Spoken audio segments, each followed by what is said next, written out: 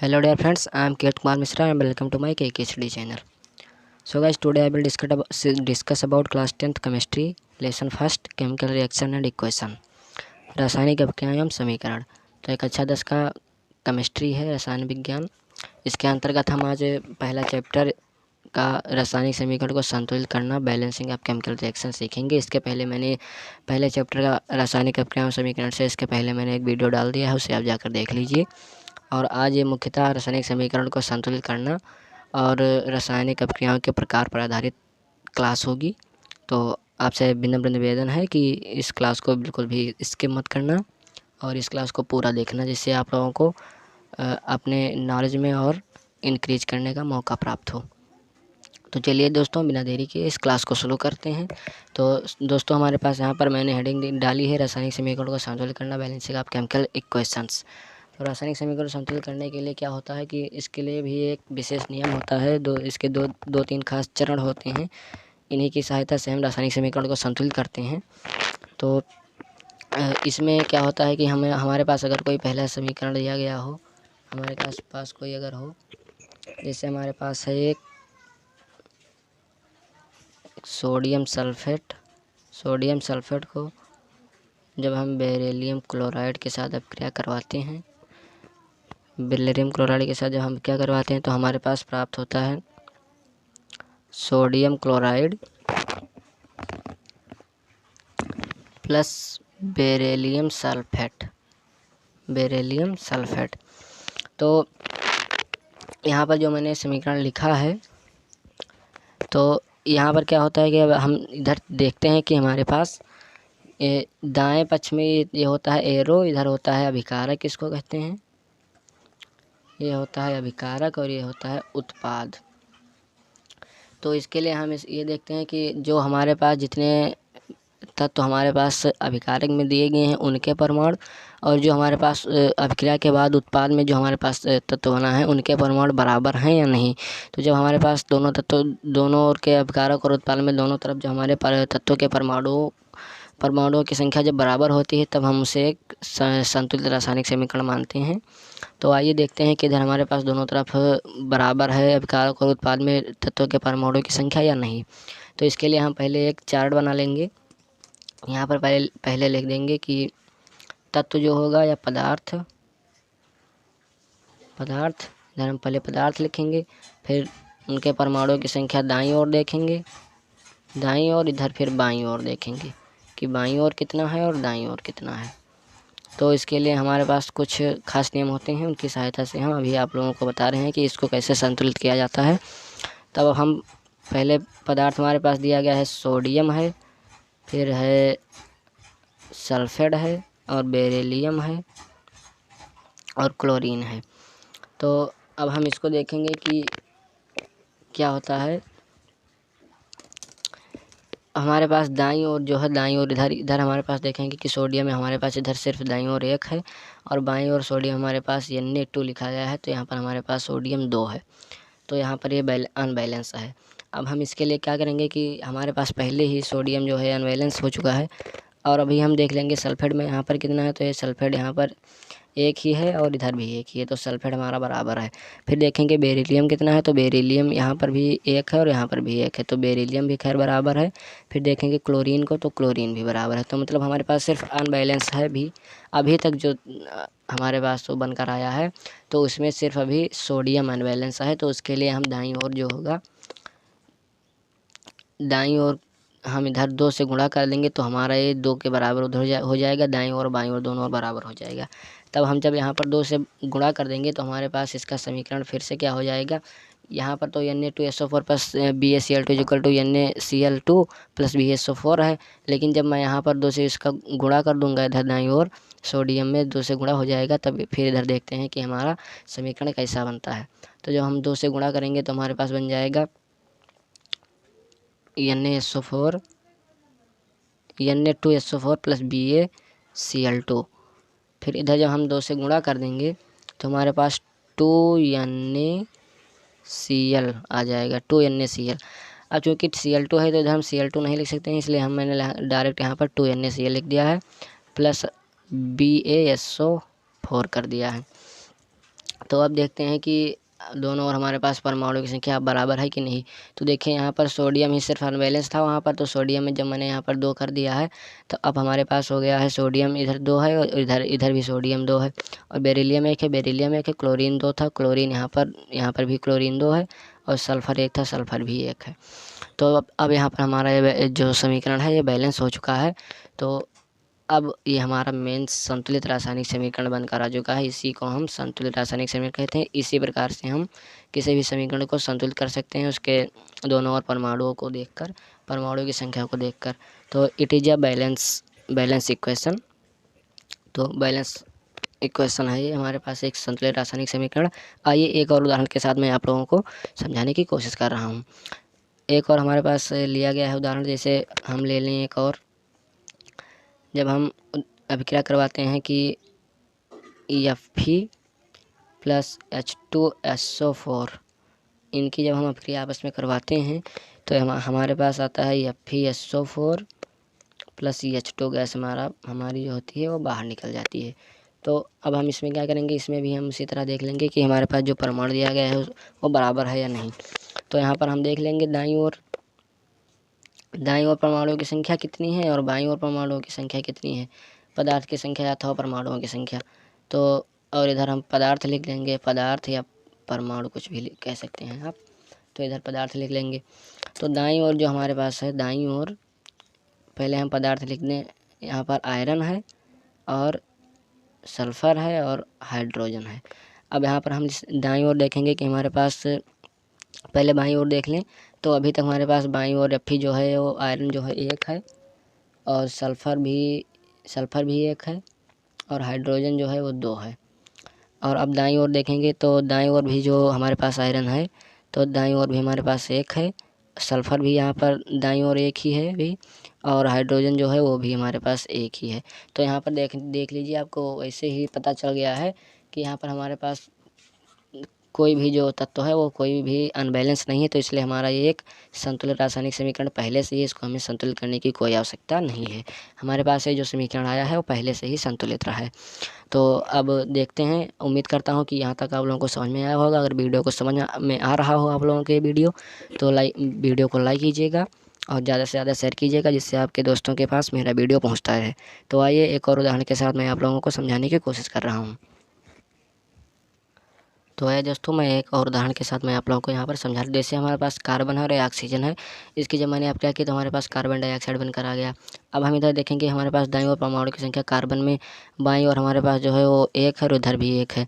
Oxygen की यहाँ पर हमारे पास 1 है, लेकिन इधर हमारे पास ऑक्सीजन 2 है।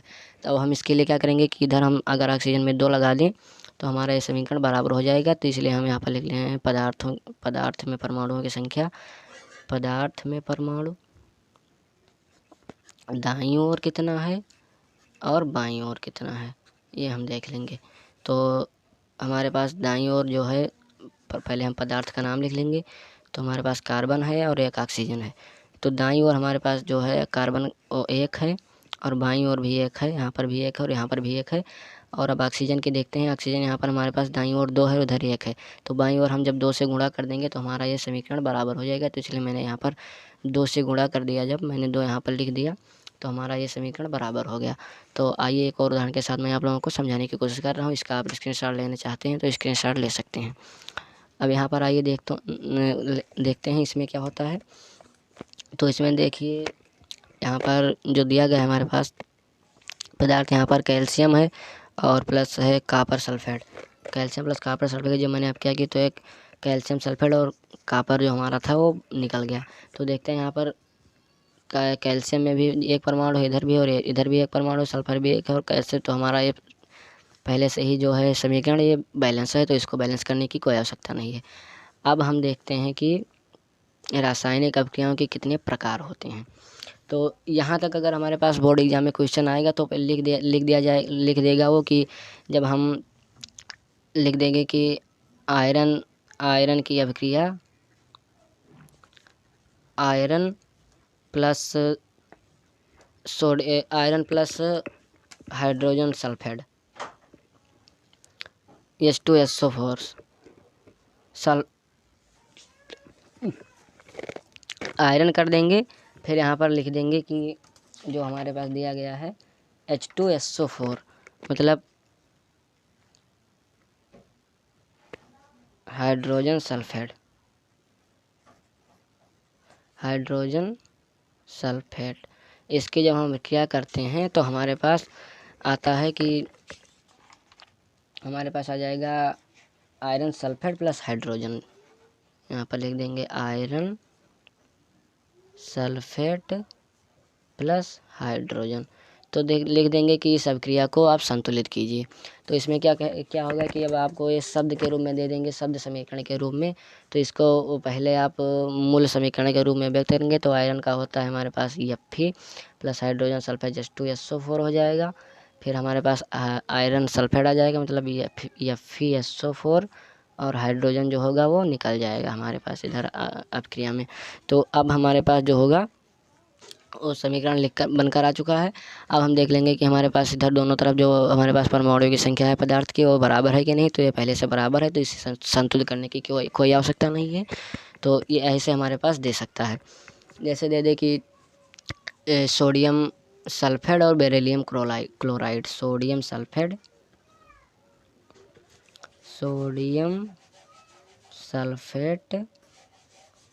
Plus beryllium chloride. फिर हमारे पास उत्पाद में बनकर आएगा इसकी अभिक्रिया करने के बाद सोडियम क्लोराइड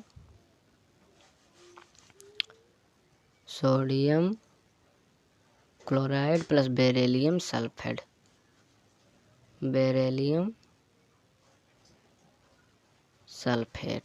तो ऐसे दे दिएगा हमारे पास शब्द समीकरण के रूप में। तो हम पहले उसको मूल समीकरण के रूप में व्यक्त करेंगे, फिर उसके बाद हम उसे संतुलित करेंगे।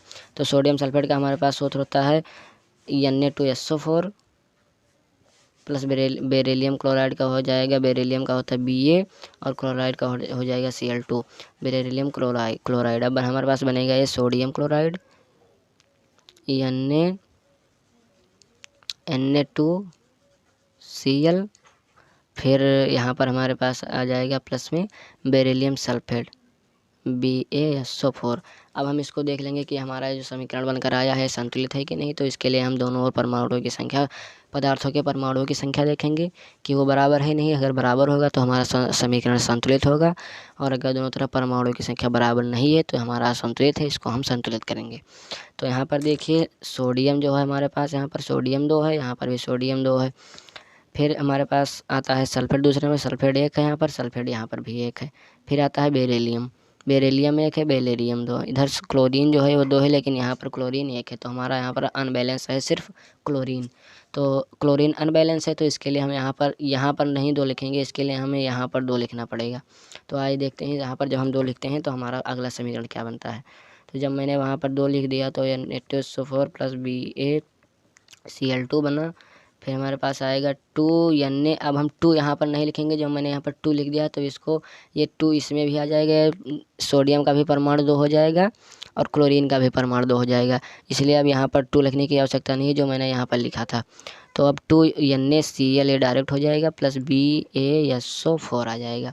अब देखते हैं कि हमारे पास जो आया समीकरण, अब इसमें समीकरण हमारा संतुलित है कि नहीं। तो देखें यहाँ पर सिर्फ परिवर्तन हुआ है क्लोरीन और सोडियम में। तो हम क्लोरीन और सोडियम को देख लेंगे। तो क्लोरीन यहाँ पर 2 था, यहाँ पर भी 2 हो चुका है, और सोडियम यहाँ पर 2 है और यहाँ पर भी 2 है। तो अब जो हमारा ये समीकरण है ये हमारा पूर्ण रूप से संतुलित समीकरण है। तो इसे अब हम संतुलित समीकरण पूर्ण रूप से कह सकते हैं। तो ये हैं दोस्तों हमारे पास संतुलित रासायनिक समीकरण के कुछ उदाहरण थे हमारे पास, जो मैंने आप लोगों के साथ डिस्कस किया। और इसी तरह से क्वेश्चन आता है बोर्ड पेपर में, ज़्यादा कुछ कठिन नहीं आता है। अगर आप लोगों ने इसको ध्यान से देखा होगा तो उम्मीद करता हूँ कि आपको ये 2 से 3 नंबर जरूर देगा जाएगा बोर्ड पेपर में। 2-3 नंबर का आता है समीकरण को संतुलित करने के लिए बोर्ड पेपर में। तो ये 2 से 3 नंबर आपको ज़रूर दिलवाएगा। तो अब बात करते हैं कि रासायनिक अभिक्रिया हमारे पास जो होती है वो कितने प्रकार की होती है। तो रासायनिक अभिक्रिया के बारे में हम आगे चर्चा करेंगे। तो हम रासायनिक अभिक्रियाओं के प्रकार के बारे में बात करेंगे कि जो रासायनिक अभिक्रिया होती है वो कितने प्रकार की होती है।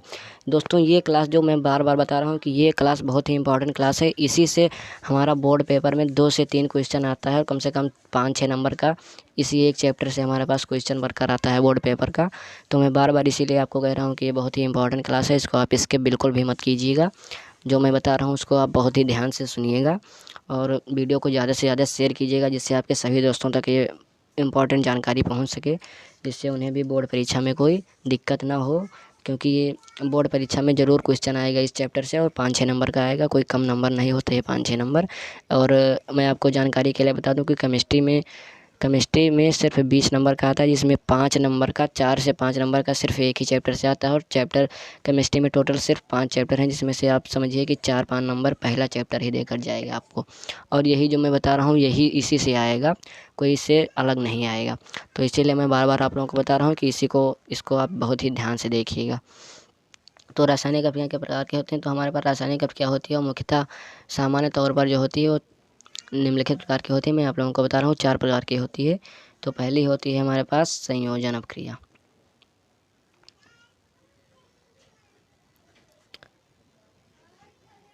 संयोजन अभिक्रिया इसको योगात्मक अभिक्रिया भी कहते हैं, मतलब कि इसको उस इंग्लिश में इसकी हो जाएगी एडिशनल रिएक्शन। तो संयोजन अभिक्रिया क्या होती है कि ये वह रासायनिक अभिक्रिया होती है जिसमें 2 या 2 से अधिक पदार्थ आपस में मिलकर एक नए पदार्थ का एकल उत्पाद का निर्माण करते हैं। कि मतलब इसकी हम सटीक परिभाषा ये बता सकते हैं कि जब 2 या 2 से अधिक पदार्थ आपस में मिलकर एकल उत्पाद का निर्माण करते हैं तो ऐसी रासायनिक अभिक्रिया संयोजन अभिक्रिया कहलाती है या योगात्मक अभिक्रिया कहलाती है। तो इसका आप परिभाषा लिख लीजिएगा, इसकी परिभाषा भी लिखने को आएगा, कहेगा संयोजन अभिक्रिया का उदाहरण सहित परिभाषा बताइए। तो आप लोग परिभाषा मैं बोल रहा हूँ इसको लिख लीजिएगा कि वह रासायनिक अभिक्रिया जिसमें 2 या 2 से अधिक पदार्थ आपस में मिलकर एक नए एकल उत्पाद का निर्माण करते हैं, संयोजन अभिक्रिया कहलाती है। जैसे एग्जाम्पल मैं आप लोगों को बता दूं, एग्जाम्पल हो जाएगा हमारे पास जैसे हमारे पास जो है ये सोडियम ही ले लीजिए, सोडियम प्लस क्लोरीन हमारे पास मिलकर सोडियम क्लोराइड का निर्माण करता है Na2Cl2। तो इसको मैं 2NaCl लिख सकता हूँ।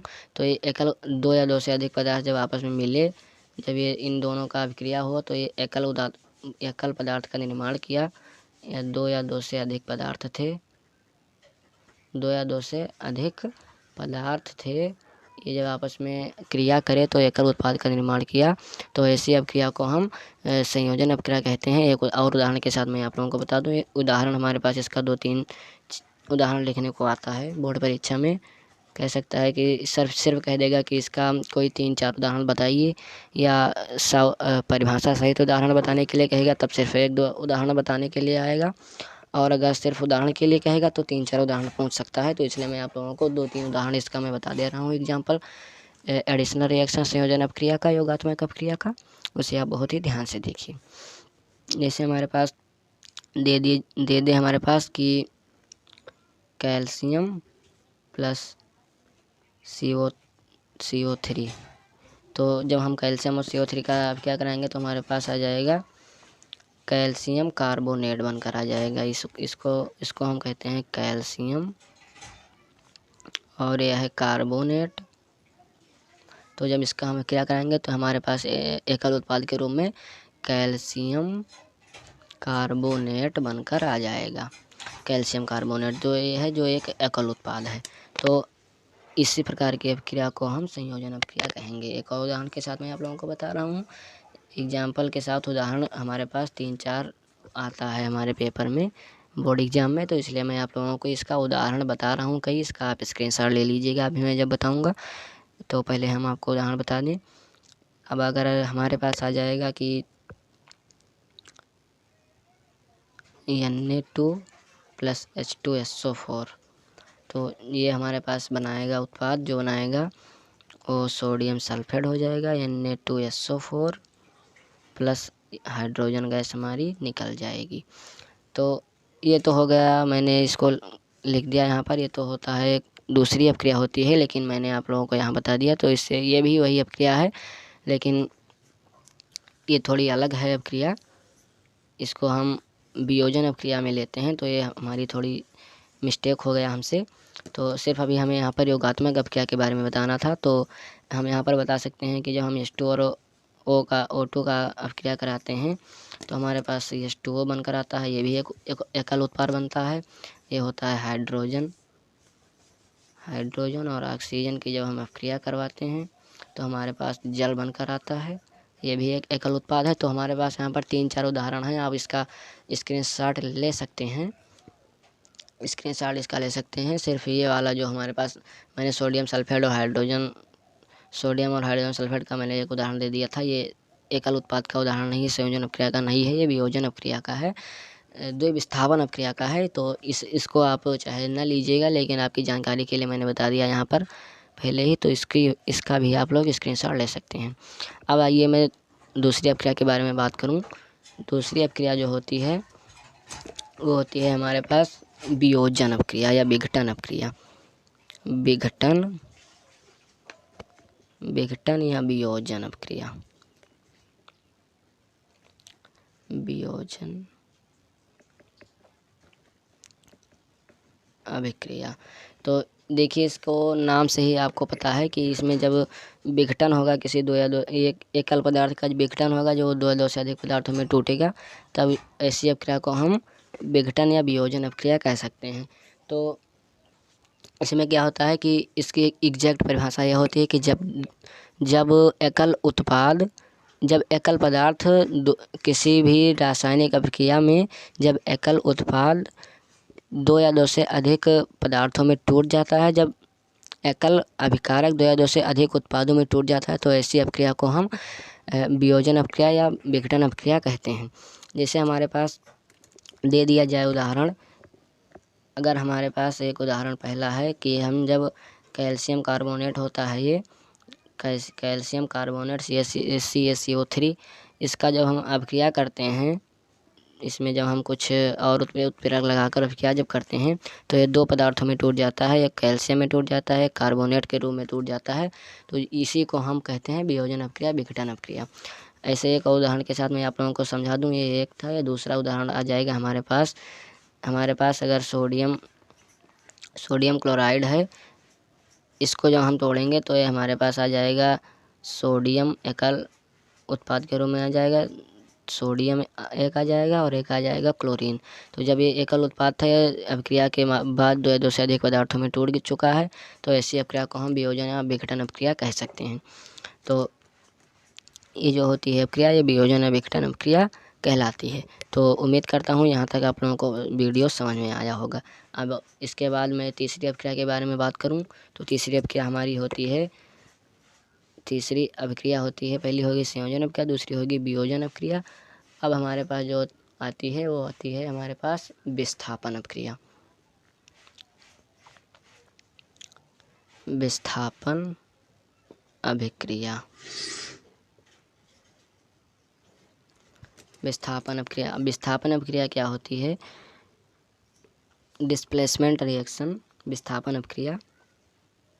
तो विस्थापन अपक्रिया में क्या होता है कि जब इसमें 2 पदार्थ होते हैं, तो जब 2 पदार्थ हमारे पास होते हैं, तो इसमें जब जो एक पदार्थ अधिक अपक्रियाशील होगा वो उस दूसरे पदार्थ को अपने उस पदार्थ से विस्थापित कर देगा। तो इस प्रकार की अपक्रिया को हम विस्थापन अपक्रिया कहते हैं। तो इसमें क्या होता है कि जब अधिक अपक्रियाशील पदार्थ जब आपस में रिएक्शन करते हैं, तो जो उसमें अधिक अपक्रियाशील होता है वो उस पदार्थ को विस्थापित कर स्वयं उसका स्थान ग्रहण कर लेता है। तो इस प्रकार की अपक्रिया को हम विस्थापन अपक्रिया कहते हैं। तो आइए हम आपको एक एग्जाम्पल के साथ समझाने की कोशिश कर रहे हैं। तो विस्थापन अपक्रिया क्या होता है कि जब मैंने यहाँ पर अगर ले लिया beryllium chloride plus sodium sulphate, तो इसमें क्या है कि ये जो सोडियम है बेरिलियम से अधिक क्रियाशील है, तो ये इसको विस्थापित कर देगा बेरिलियम को, और इस क्लोरीन के साथ आकर सोडियम जुड़ जाएगा। तो यही होती है हमारी विस्थापन अपक्रिया। तो जब ये विस्थापित कर देगा बेरिलियम को, तो बेरिलियम इधर चला आएगा, तो ये बेरिलियम सल्फेट हो जाएगा और ये सोडियम क्लोराइड बन जाएगा। तो ये सोडियम क्लोराइड हो जाएगा यहाँ पर 2NaCl, और बेरिलियम सल्फेट इधर निकल आएगा बेचारा। बेरिलियम सल्फेट चूँकि ये कमज़ोर था इससे, तो इसने इसको विस्थापित कर दिया। सोडियम ने बेरिलियम को विस्थापित कर दिया, इसने इसको विस्थापित कर दिया, और आकर इसने स्वयं इसका स्थान ग्रहण कर लिया, और ये बेचारा यहाँ पर प्रतिस्थापित होकर चला आया। तो ऐसी अपक्रिया को हम विस्थापन अपक्रिया कहते हैं। तो एक और उदाहरण के साथ मैं आप लोगों को बता रहा हूँ। ये पहला उदाहरण था और ये है दूसरा उदाहरण। तो इसमें क्या होता है कि जब हमारे पास, जैसे हमारे पास Fe है, Fe प्लस CaSO4, ये हमारे पास कोई समीकरण है। तो इसमें क्या होगा कि जो ये हमारे पास Fe है, तो Fe ऐसे रह जाएगा। मैंने यहाँ पर थोड़ा सा मिस्टेक कर दिया, क्योंकि जो कैल्शियम होता है वो आयरन से अधिक अपक्रियाशील होता है, तो विस्थापित करेगा तब यहाँ पर आएगा, लेकिन मैंने पहले यहाँ पर लिख दिया। इसके लिए मैं आप लोगों से क्षमा पात्र हूँ, क्षमा प्रार्थी हूँ। यहाँ पर आ जाएगा कैल्शियम और यहाँ पर आ जाएगा Fe, यहाँ पर आ जाएगा Fe। तो मैं अलग इसको लिख रहा हूँ, आप लोग देखिएगा, समझ जाइएगा।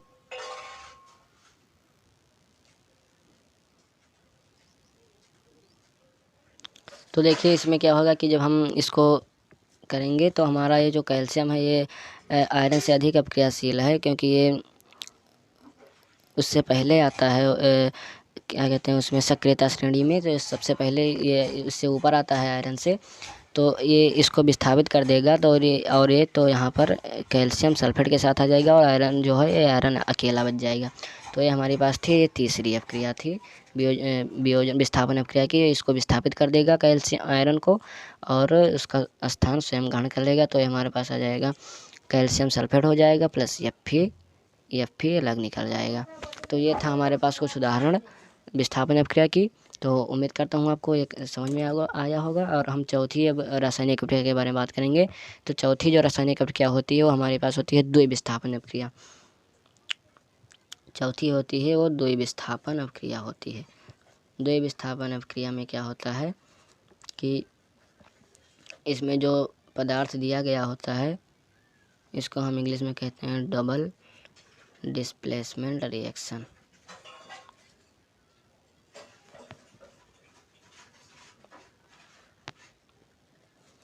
Double displacement reaction. तो इसमें द्विविस्थापन अपक्रिया में क्या होता है कि जब हमारे पास कोई पदार्थ दिया गया होता है, तो जो दोनों पदार्थ दिए गए होते हैं वे एक दूसरे से अधिक अपक्रियाशील होते हैं, तो एक दूसरे का स्थान बदल देते हैं, विस्थापित हो जाते हैं।